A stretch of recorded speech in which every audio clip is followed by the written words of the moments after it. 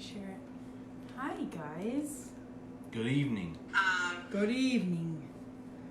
Wait a second. Excuse Good evening. me for this slight,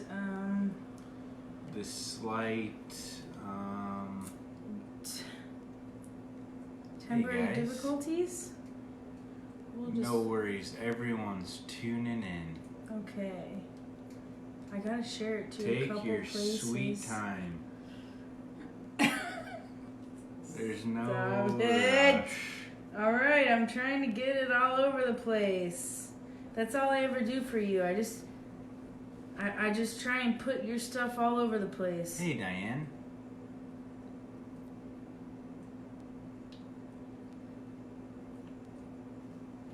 Alright. We're I good. think we're good. Hi, guys.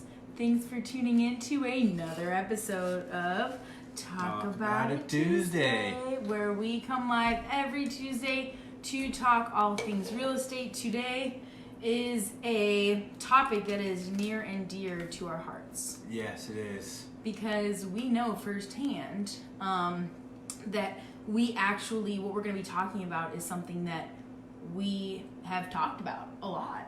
Oh, yeah, daily. You know, so I'm excited to be talking about this. Anyone out there ever thought about doing some short-term rentals or long-term rentals? Either of them? So today we're going to talk about those of you. So who is this video for? This is for people who are looking to maybe make a purchase this year and might want to consider Airbnb maybe the whole thing or maybe a part of it. This video is also for people that own a house currently, hi Diane, and are looking to possibly make some extra income. Maybe an investor is watching, you already do real estate, you already purchased real estate, and you're trying to figure out if this property is going to be a good long-term rental or a good short-term rental. So what determines whether a property will be a good short-term rental? Gosh, there's are you asking me? Oh, yeah. Well, I think Tell that the group what we're looking for when we look for a short-term rental. So a few things. So I think obviously location is going to be location. Okay. the number one thing. And it's so crazy because now that Airbnb and short-term rentals are where they are, meaning that there are so many people using Airbnb or VRBO, all of these short-term rental sites as a form of travel now. They're people that are staying in Airbnbs are only staying in Airbnbs, right? Definitely. So when I say location is important for short-term rentals, I kind of say that with a little bit of hesitation because I also believe that anywhere could be a good place for Airbnb as long as it is not in a sketchy part of the neighborhood. As long as not a bad neighborhood. So yeah, not a bad neighborhood, and I'll let you guys decide what you think that bad neighborhood is. Okay. And then so I think that it shouldn't be in a bad neighborhood. I think that it should have easy access to either an interstate or be close to some sort of major not major but easy access to transportation. Also an attraction, Oh, and an attraction's not a bad idea. Okay, an attraction. But then also I think it really just depends if you own a piece of land and you want people to come use your land and set up a little glamping site, What is I glamping? think glamping is glam camping. It's Oh, the glam word glam camping. and camping in the same word, Sean. I've never done that. Yeah, I know. We always just go regular camping and that sucks. I want to go glamping. Anyways, if you're trying to go glamping, short-term rentals, it doesn't need to be near location. an attraction. So yeah, short-term rentals location, Not a bad area. super important. Now, access to transportation. Now, when you're purchasing or you're looking at a property for a full-time rental, and we're talking about location, I also think that location is important. Location is important. For a long-term rental. They always say location's important in all things real estate. Mm-hmm. Is it more important for location to be good in a short-term rental or a long-term rental? I think that it's better for a short-term rental like an Airbnb. I think it's more important for an Airbnb to be in a better area than it is for a long-term rental to be in a good area, because I think long-term rentals, like, you know, they're the long game. You know, it's a long-term rental. You're in this for the long haul, right? So I think that areas can improve, like the longer that you own places. You know, those areas can improve. Now, if you're looking at doing like an Airbnb or a short-term rental, like people are gonna pay a premium price to stay in a good area, and then you therefore wouldn't need to own that property as long to maybe make the amount of income that you would make off of a long-term rental. That makes sense.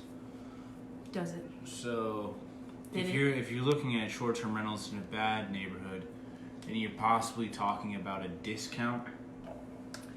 Possibly. I mean, I did manage. So part of my job is that I do manage other investors' Airbnbs, and I did once have an Airbnb in a not so good area in Omaha, and a lot of my complaints were like, "This is a sketchy neighborhood. Like, I don't feel safe." So when a guest can write on a review like, "I don't feel safe," I don't care if they're paying $200 a night or $80 a night. Ultimately, these people are coming from somewhere they don't know. They've Omaha. never been here. So exactly, they've never been here. So I think it's so important to have a good area. What are you doing? Okay. Just taking down some notes here. You guys, it's so funny. When Sean and I like doodle, I'm not even joking, we doodle the same thing. Really? I do that. Really? I make a little circle and then I put like a little star in it. Anyways, sorry. So yeah, let's talk about maybe some of the pros of each type of rental. The pros. What's the pro for a short-term rental? A short-term rental. So I think, okay, like I feel like everything I'm saying is coming off as I think that like Airbnb and short-term rentals are the best way to go. I don't believe in that. I actually think that it depends on the property, and it depends on like your goals as the investor, as the owner of the property, on what you're wanting from that property at that time. So before I get into the pros of and like a short-term rental Airbnb, I just wanted to put that out there because I don't always think that Airbnb and short-term rentals are the best option for a particular property. However, some of the pros, like to list off the top of my head pretty quickly without going into too much detail, are that with the short-term rental Airbnb is that you have access to the property at all times, pretty much. Like, you'll be able to go into the property more. So like versus a long-term rental where you rent it out for a year and you're not in that property for a whole year, right? So with the short-term rental, you're able to maybe go in there a couple times a week to flip it for the next guest. Or if you have like a smaller Airbnb and they're seeing like month to month, you're still at least able to go in there month to month, which can totally save on some major maintenance items that full-time renters might miss. Mm-hmm. So I think like access to the property, not to mention that you get to use the property. Mm-hmm. Like when you have a full-time rental, you can't like call your renters and be like, "Hey, we want to throw a party or we want to throw a get-together at the house this weekend. Is that cool with you?" Like with Airbnb, you can actually block out dates that you want to actually use the property that you own. Okay? Mm-hmm. And then the third thing that I wanted to say about, you were talking about the pros of doing a short-term rental, is that honestly, like at the end of the day, why are we investing? It's to make money and to be financially independent, which means that our monthly expenses are less than so our passive income is greater than our monthly expenses. And like for us, Airbnb got us pretty much there. So I think that on that topic, Airbnb produces a way higher rate of return than that of just a normal like long-term rental. Again, it does, like I'll say this again, it does totally depend on the property, and there's a couple other factors, but I think like the three off the top of my head are that you get to use the property as it's yours, which therefore leads to like less maintenance items because you're constantly taking care of the property. And third thing is that you're definitely going to make more money by doing an Airbnb versus doing a long rental. Now, with that being said, like with all the good things about Airbnb, you doing that form of rental, doing that form of income, there are some like total cons that come to it, like that are associated with doing short-term rentals at your house. So sometimes I'll get people that own their first house and they're like, you know what, I really love living here, but I want to start making income off this property. I'm going to be going away on a trip for a couple months and I want to try out Airbnb. Now, when I tell them that I think it's a great idea, there is also some kind of thought that Airbnb runs itself, that it's a passive form of income. This is totally not true. Airbnb is super involved, and unless you're gonna hire a Airbnb manager like me, so people hire me and I make a cut off of what they make. So unless you're willing to pay someone out like me to manage your property, which almost like at certain times kind of like will even out depending on how you own the property. But where was I going with this? It's a lot of time. It's a lot of time that's involved if you are around, and if you're not around, you might be forced to hire like a property manager for your Airbnb, which can be more costly than if you were to hire a manager of a full-time rental. True. Sorry, I just talked a really lot. No worries. So maybe we'll talk about some of the pros of long-term rentals. Babe, are you gonna should I ask you that, or? I feel like I'm done all the talking. My mouth is dry. Yeah. So, I was going to talk about some of the pros of a long-term rental.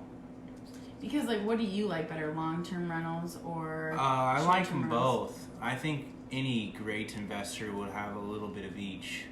Some short-term and some long-term. It's also a nice way, too, like, to be able to push people different ways. Like, not necessarily push, but to have all of the options. You know, I mean, if you go to the donut shop and they just have chocolate and vanilla, you know, you're missing out on all the people that want strawberry and cinnamon and raisin. Yeah. You know, it's nice to have a plethora of options for people to come in and say, hey, do you have a place that I can rent for 6 months? Sometimes on the Airbnbs, I will get people that are looking to like full-time rent, and how nice would it be to just funnel them towards your other rentals. So yeah, that'd be nice. So yeah, it is nice to have a little bit of both. But like, what were your, like, if you have a property, what are your pros to a long-term rental? I think the biggest pros are that the income is consistent. Huge. That is like totally a con of Airbnb. The income is a little bit inconsistent in Airbnb. Although you do have the opportunity to make a lot more money, it's just inconsistent. And it's totally about like knowing when to save, the months when to save. If you are doing a short-term rental, being pretty good with your expenses and your profits and your budget for the year. And it's kind of funny because like Airbnb, you can measure like your success monthly on Airbnb, but really Airbnb is so inconsistent that you really have to kind of do it on a yearly, like you have to measure things on a yearly base, because the monthly, take an average of the yearly. Yeah, because the monthly rentals can be pretty inconsistent. So to Sean's point, I do think that a long-term rental, if you're afraid of the inconsistency, would be a better option for you as the property owner or as the investor to really think about what you're comfortable with. Are you comfortable? You know, I mean, in some of the summer months, we make you can make $15,000 off of a property, right? And then in some of the coldest months, you could make $1,000. So it is pretty inconsistent. So yeah, that's a good point. Another pro I would say is that the properties, when you're doing long-term rentals, don't have to be in as good of condition. You know, they don't have to be super expensive properties. They can be kind of like middle of the grade, laminate, carpet, you know, just cheaper quality, cheaper to keep up, you know. And a lot of the times too, like with the longer term rentals, like you're not having to go over there and change a light bulb. No. You know, like you are totally. But then, like, to my point, like back it up a little bit, like you don't have control over things that are not getting fixed at the property. Yeah. You know, like with a long-term rental, which my parents do a lot of that. Like there could be a leaky toilet for a couple months. A leaky toilet for a couple months is no good. A leaky toilet for a couple days is not that great, but it still is not going to ruin anything. So I think you're right. Like, you know, you're less involved, and therefore, like, you spend less. Yeah. So the quality of the property itself is less. Therefore, it costs less to purchase, and in addition, you also have to spend less time managing the property. True. You collect your check every month. But it's and then consistent. the tenant, and you know, sometimes with long-term rentals, you know, that you collect your check every month, and if there's problems, sometimes, you know, you get a couple calls a month. Whereas Airbnb, like when I'm saying it's involved, it is super, super involved. So you're not getting calls a couple of months. You're sending out messages every single day, check-in information, check-out information. Hey, how's your trip doing? Is there anything that we can get you? We'd love a 5-star review, and just let us know if there's anything that you need during your stay. You know, I mean, Airbnb, short-term rentals, so much constant attention. Where, to Sean's point, long-term rentals are less just time. Kind of monthly, once a month, maybe. Once a month, maybe 1 hour a month. Yeah. But yeah, I think personally, I would probably like to have some of each. You know, some Airbnbs for that big cash flow, and then some long-term rentals for that consistent cash flow. And so let's say that we have people watching or rewatching that don't own a property right now, right? So this would be their first time buying a house. What would you suggest to them if they're looking at getting into real estate investing for the first time? Like, what could you suggest to them? I would suggest to them doing kind of what we had a video on last week, which was house hacking, which is using your first time or your primary residence loan and getting some roommates in the house, kind of testing the waters, seeing what it would be like to actually have tenants or renters, and see if you like it and go from there. Or instead of, you know, like renting it out rooms to actual renters or whatever, most of the time it'd probably be your friends, but you could do like Airbnb for, you know, like a couple rooms, or maybe if it had a separate entrance, you know, maybe if it had a separate entrance. Maybe if you wanted to hang a curtain. Another way that they could do it is just to like buy a duplex. You know, they could buy a duplex, or maybe rent out the other side and live on the other side. Triplex, fourplex. Yep. Anything under 4, but more than 1 would be sufficient. That way you'd be able to have your own space and then rent out the other sides. Not a lot out there. Not a lot. Not a lot out there. Very difficult to find. But if you got a good realtor, you can find some. Yeah. Usually they're not going to be listed on the market. Usually the deal doesn't find you, you find the deal. That's right. So I think that we hit all the things that we kind of wanted to talk about. Yeah, I think so. I think so. Airbnb versus long-term rental. Get a little mix. A little How bit of best of both worlds. How we fit into this is that Airbnb and short-term rentals completely changed our life. So if you guys have any questions about how we purchased our first property and how we turned it into our first Airbnb that started producing income and allowed us to then go out and buy our second Airbnb, which then encouraged us to go on and purchase a third Airbnb, and now looking into purchasing some long-term rentals, we would love to talk more about it with you guys, because it's something that we're very passionate about and something that honestly like really completely changed our lives. So if you know anyone or if you want to talk about it, call us, Kane Run, your real estate friends. Yes. But that's pretty much it for Talk About It Tuesday. Yeah, Talk About It Tuesday is done. We're gone. Over and out. We'll be back next Good week. night. Thanks for tuning in every Tuesday around 8 p.m. where we come live to talk all things real estate. We will see you next week where we are talking about All things real estate. Bye.